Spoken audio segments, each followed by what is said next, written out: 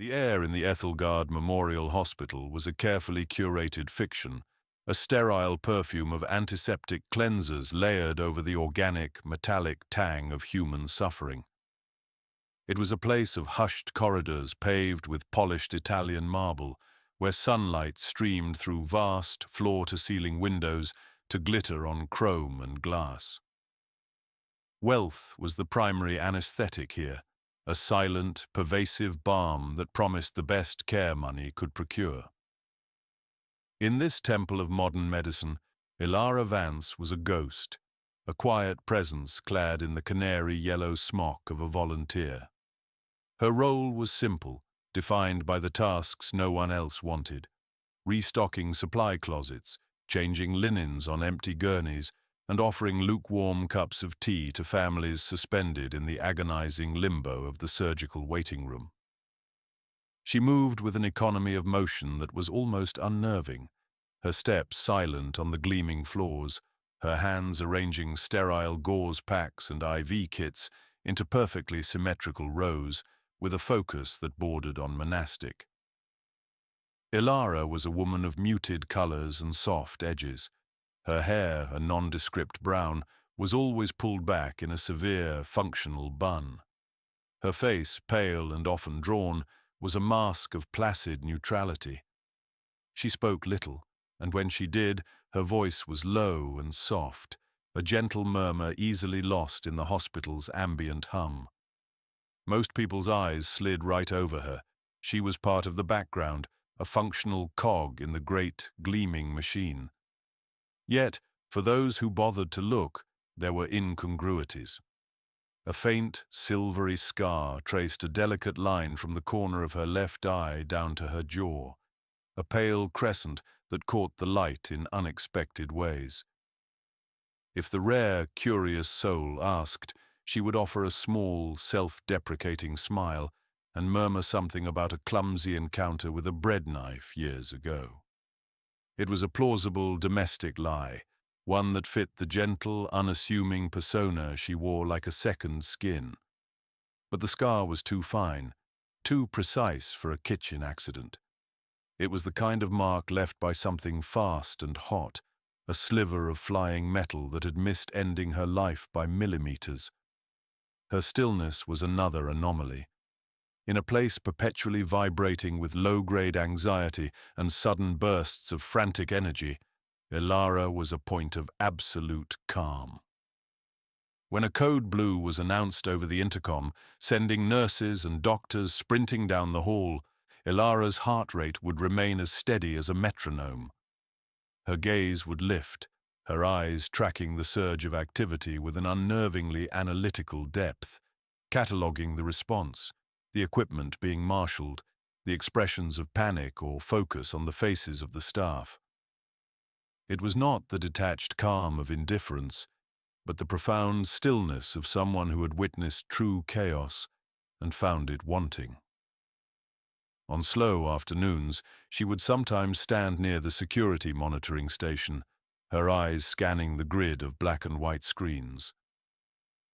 The guards thought she was simply bored, but she was reading the patterns, the flow of people, the placement of cameras, the blind spots in the coverage.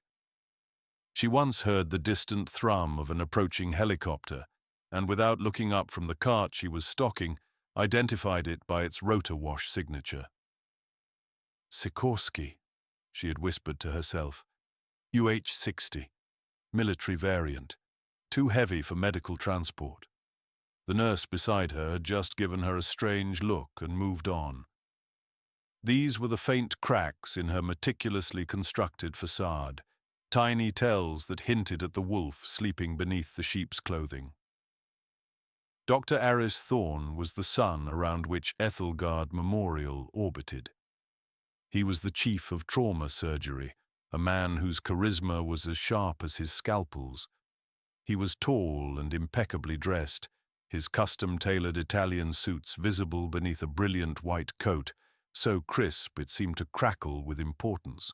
His hair was a perfect salt and pepper coif, his smile a dazzling weapon he deployed with strategic precision during press conferences and donor galas.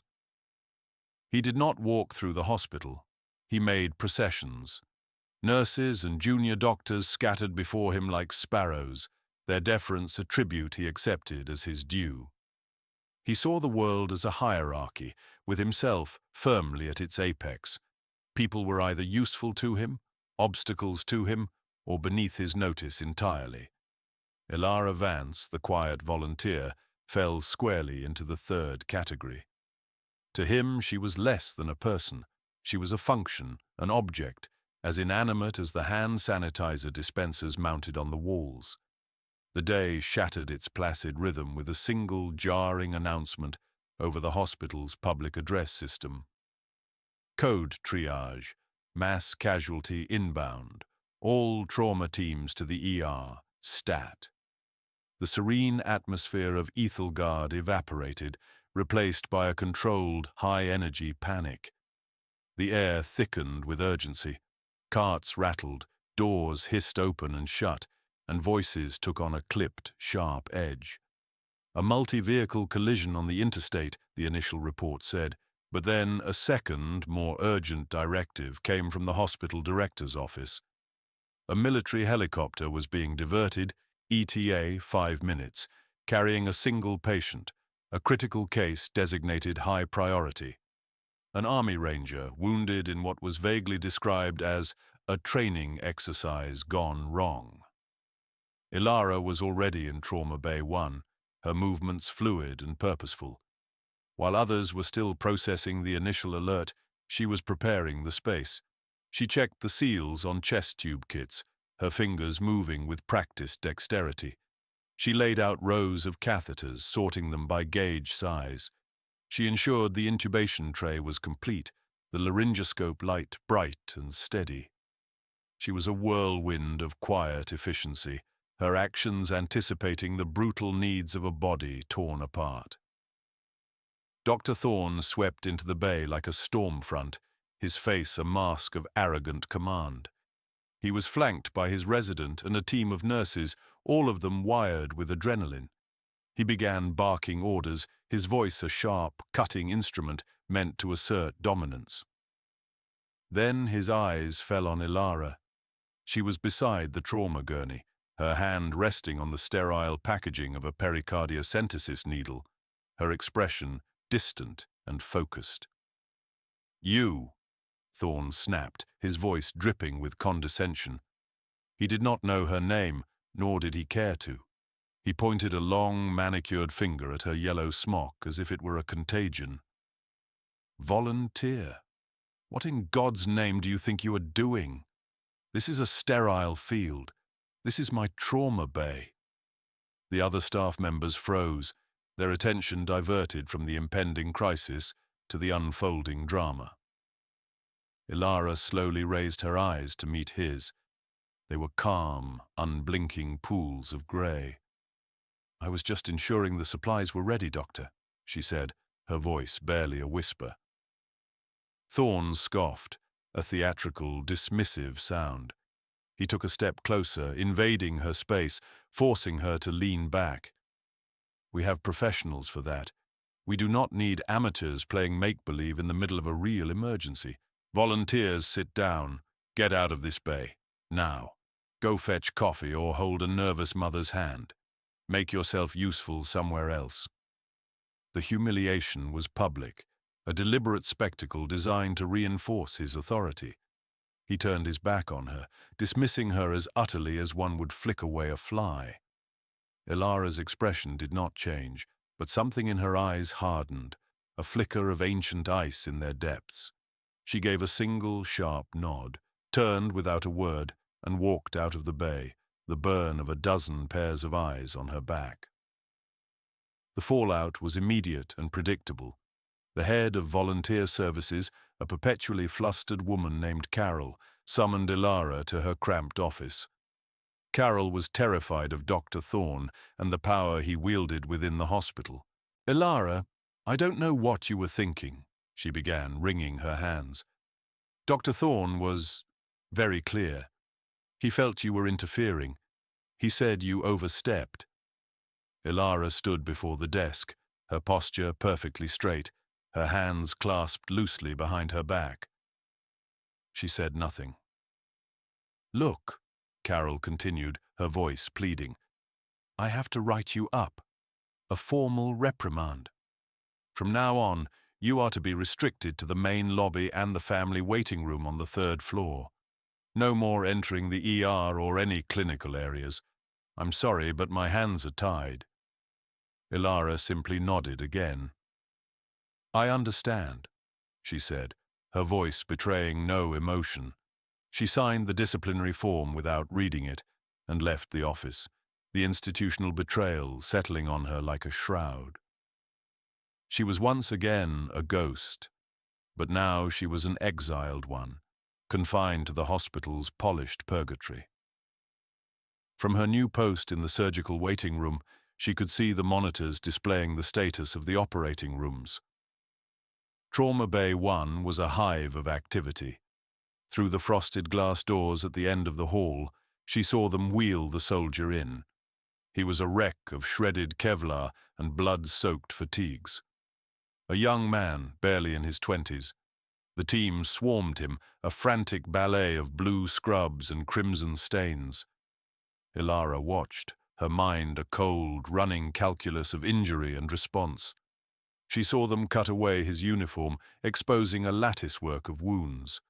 She saw the IV lines being run, the oxygen mask being fitted. She saw the resident struggle to get a chest tube in. They were moving too slowly, their actions lacking the brutal efficiency of combat medicine. They were hospital doctors, accustomed to a different rhythm, a different kind of damage. Then, for a fleeting moment, the soldier's eyes fluttered open.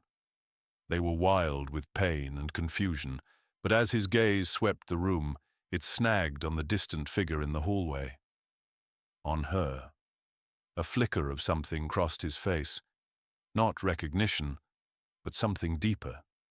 A soldier's instinct. He saw her stillness, her focus, and knew she was not like the others. He tried to lift his head, to speak, a gurgling sound escaping his lips before he convulsed and fell back, his body arching.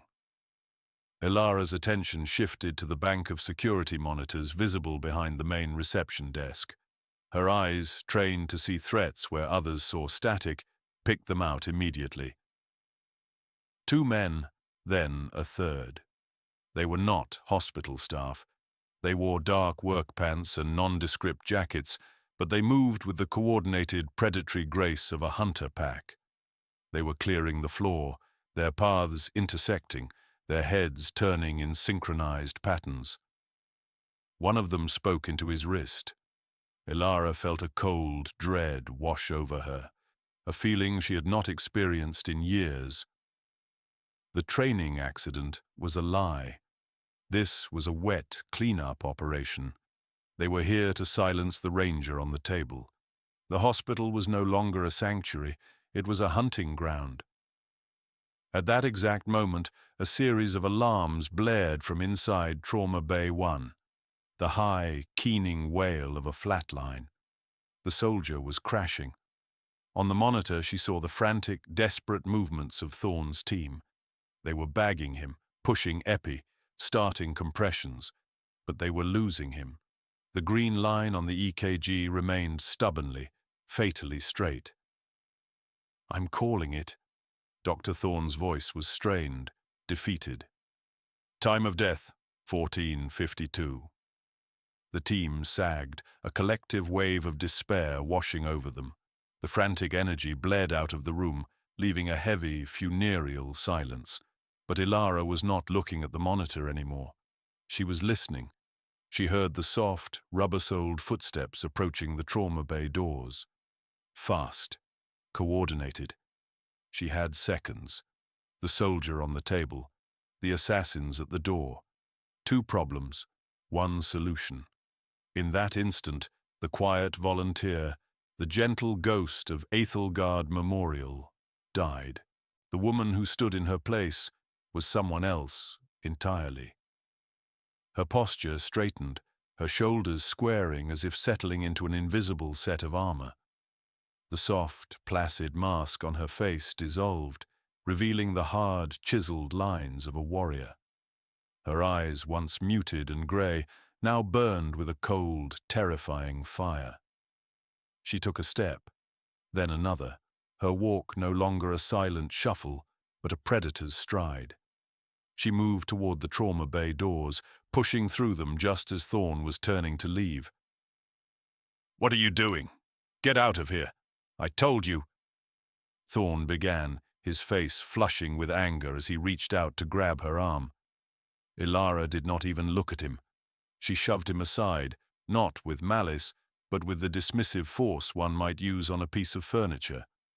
The celebrated surgeon, a man twice her size, stumbled back and crashed into an instrument cart, his eyes wide with shock at the raw strength she possessed. She strode to the gurney, her eyes scanning the dead man, the monitors, the discarded equipment. "He's not gone," she stated, her voice a low, commanding tone that bore no resemblance to her previous whisper. It was a voice forged in fire and blood, a voice that expected to be obeyed. "You missed the secondary indicators: asymmetrical chest rise, subcutaneous emphysema, and a subtle tracheal deviation to the left, masked by the hematoma. Its a tension pneumothorax complicated by a developing pericardial tamponade. The chest tube failed or was misplaced." The room was utterly silent, save for the hum of the machines. Thorne and his team stared at her, dumbfounded, as she spoke a language of trauma they barely understood. She moved to the cart she had so meticulously stocked hours before. Her hands were a blur. She snatched a 14-gauge angiocath and a large-bore syringe. There was no hesitation, no tremor. "Where did you learn?" a nurse stammered. Ilara ignored her. She palpated the soldier's chest, her fingers finding the second intercostal space in the mid-clavicular line with unerring accuracy. Without breaking her focus, she plunged the needle deep into his chest. There was a sickening hiss, the sound of trapped air escaping a high-pressure cavity. The soldier's chest visibly relaxed. The flat line on the monitor twitched. One beep, then another. It was not enough. "Tamponades occluding the ventricle," she diagnosed aloud. She discarded the catheter and seized the long pericardiocentesis needle. It was a blind, high-risk procedure, a last-ditch effort usually performed with ultrasound guidance, which they didn't have time for. But Ilara didn't need it. She had a map of the human heart burned into her memory. She inserted the needle just below the xiphoid process, aiming for the left shoulder, her hand impossibly steady. She advanced it slowly, pulling back on the syringe. For a moment, nothing. Then a dark, non-clotting blood filled the syringe. She had found the pericardial sac. She drew back 50 cubic centimeters of fluid, relieving the pressure on his heart. The effect was instantaneous and miraculous. The faltering beeps on the monitor exploded into a steady, strong sinus rhythm. The dead man was breathing. He was back. The entire medical team stood frozen, their faces a gallery of disbelief and awe. Dr. Thorne, still leaning against the dented cart, looked as if he had seen a ghost. His entire world, his expertise, his authority had been dismantled in 30 seconds by a volunteer in a yellow smock. At that precise moment of stunned silence, the trauma bay doors burst open with a violent crash. 3 men in tactical gear stormed in, their movements sharp and professional. The lead operative, a man with cold, dead eyes and a suppressed pistol leveled, was Kyle. "Step away from the soldier," Kyle commanded, his voice a low, chilling monotone. His eyes swept the room, dismissed the doctors as non-threats, and settled on Ilara, who stood protectively between him and the gurney. He saw her yellow smock, and a flicker of contempt crossed his face. Another civilian. This would be easy. Ilara did not step away. She did not raise her hands, her eyes locked with Kyle's, and for the first time, the mercenary felt a prickle of unease. There was no fear in her gaze, only a chillingly familiar calculus. She was assessing him, weighing him, judging him. "You have 2 seconds to leave this room," Ilara said, her voice dropping to a deadly quiet register. Kyle laughed, a short, ugly bark. "Lady, you're in no position to—" He never finished the sentence. In one impossibly fluid motion, Ilara seized the heavy, stainless steel instrument tray from the stand beside her. She pivoted on the ball of her foot, a movement of exquisite biomechanical perfection, and hurled the tray like a discus. It spun through the air, a silver blur of death, and smashed into Kyle's hand with a sickening crunch of bone. His pistol clattered to the marble floor. The next 4 seconds were a symphony of brutal, kinetic violence. Before the other 2 mercenaries could even process what had happened, Ilara was moving. She exploded forward, a blur of yellow and brown. She drove a palm heel strike into the throat of the first merc, collapsing his windpipe. As he staggered back, choking, she spun, ducking under the wild swing of the third man. She seized his outstretched arm, twisted it behind his back in a hyper-extending lock that tore his shoulder from its socket with a wet pop. He screamed, a high, thin sound that was cut short as Ilara drove his face into the steel frame of the gurney. He dropped like a stone. Kyle, clutching his shattered hand, was trying to draw a backup weapon with his left. Ilara was on him in a heartbeat. She grabbed one of the defibrillator paddles from the crash cart, its heavy cord trailing behind it, and swung it like a mace. The hard plastic and metal edge connected with the side of Kyle's head. His eyes rolled back into his skull, and he collapsed into an unconscious heap. It was over. 3 professional soldiers, armed and prepared, had been neutralized in less time than it took to draw a breath. Ilara stood in the center of the wreckage, her chest rising and falling in a slow, controlled rhythm, the defibrillator paddle still clutched in her hand. The silence in the room was now absolute, thick with the ozone smell of discharged adrenaline and sheer, unadulterated shock. Just as the last echo of the violence faded, the hospital's main entrance seemed to erupt.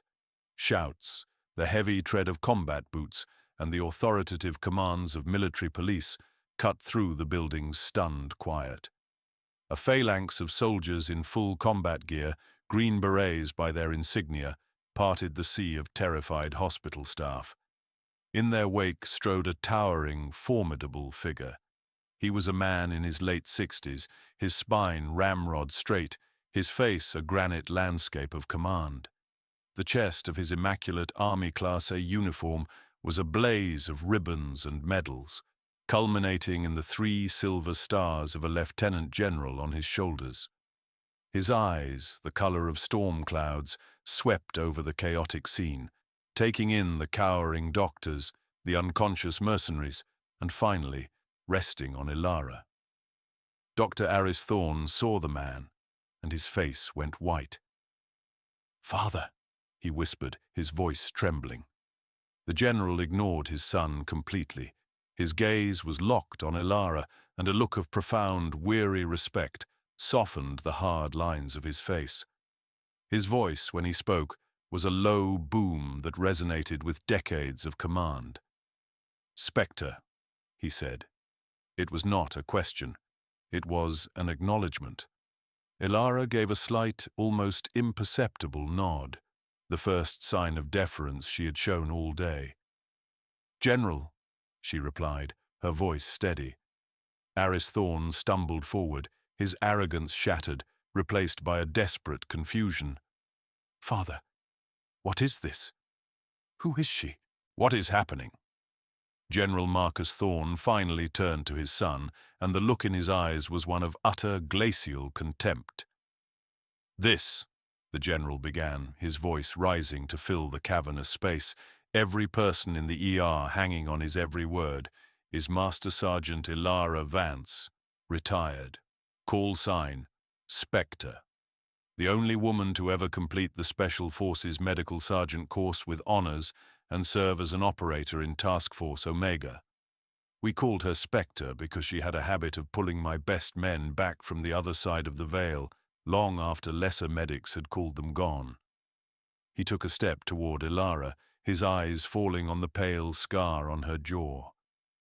That mark on her face is not from a kitchen knife, Aris. It's from a piece of RPG shrapnel she took in the Zagros Mountains during a mission that is still classified top secret. She took it while shielding a wounded Navy SEAL with her own body, holding off a numerically superior enemy force for 3 hours with nothing but her rifle and 2 sidearms until her team could be extracted. She saved the lives of 4 men that day, one of whom happened to be the son of a United States senator. The general's gaze swept over the stunned audience of doctors and nurses. She was awarded the Medal of Honor for that action. She accepted it in a closed ceremony, pinned on by the president himself, and then she walked away from it all. She wanted peace. She wanted quiet. He gestured with a gloved hand toward the now stable sergeant on the gurney. The man on that table, Sergeant Jake Riley, is the key witness in a federal treason investigation.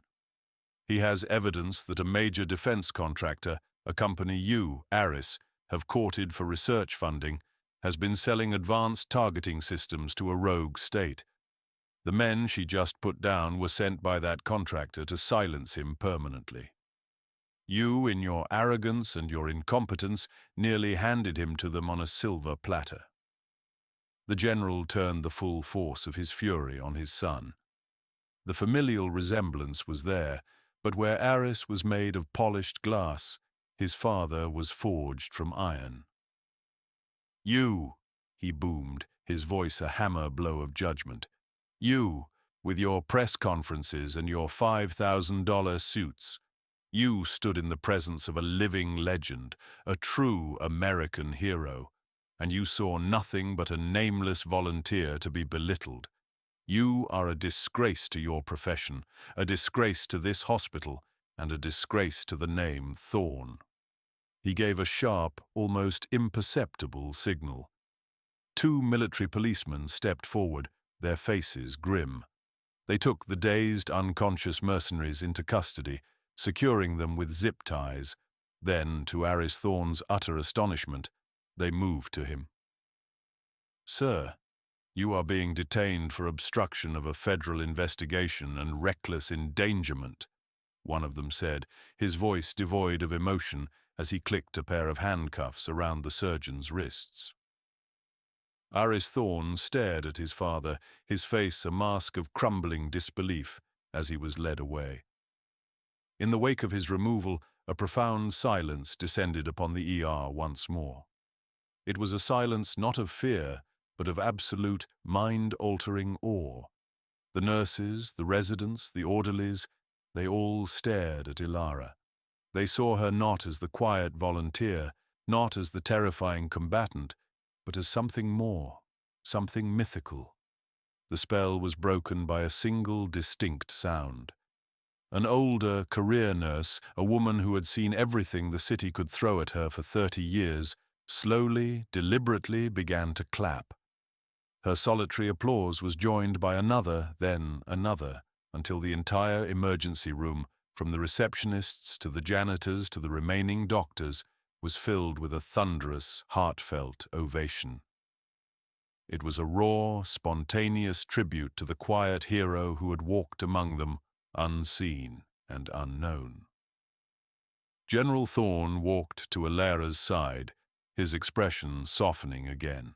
It's good to see you in your element, Master Sergeant, even if it is a mess. He looked at the unconscious mercs. We've been looking for you, Ilara, unofficially. The world has gotten more complicated. We could use you back.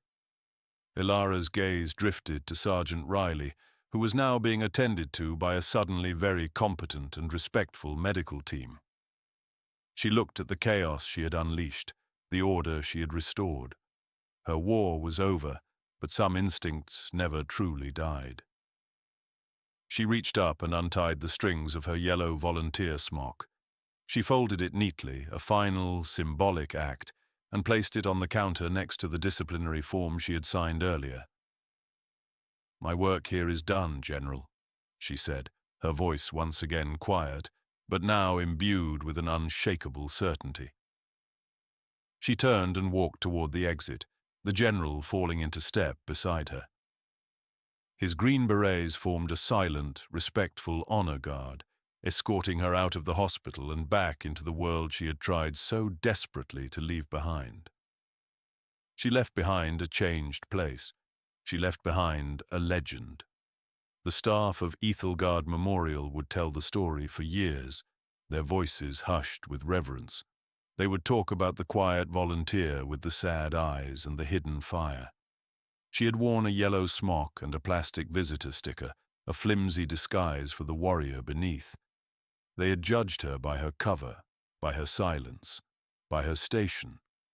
They never thought to ask what she had done before she came to them, what battles she had fought, what scars she carried, not on her skin, but on her soul. They learned that day that the deepest waters are often the most still, that the greatest strength is often found in the quietest corners. They learned that heroes do not always announce themselves with trumpets and fanfare. Sometimes they walk softly, stock supply closets, and wait for the one moment when they are needed most.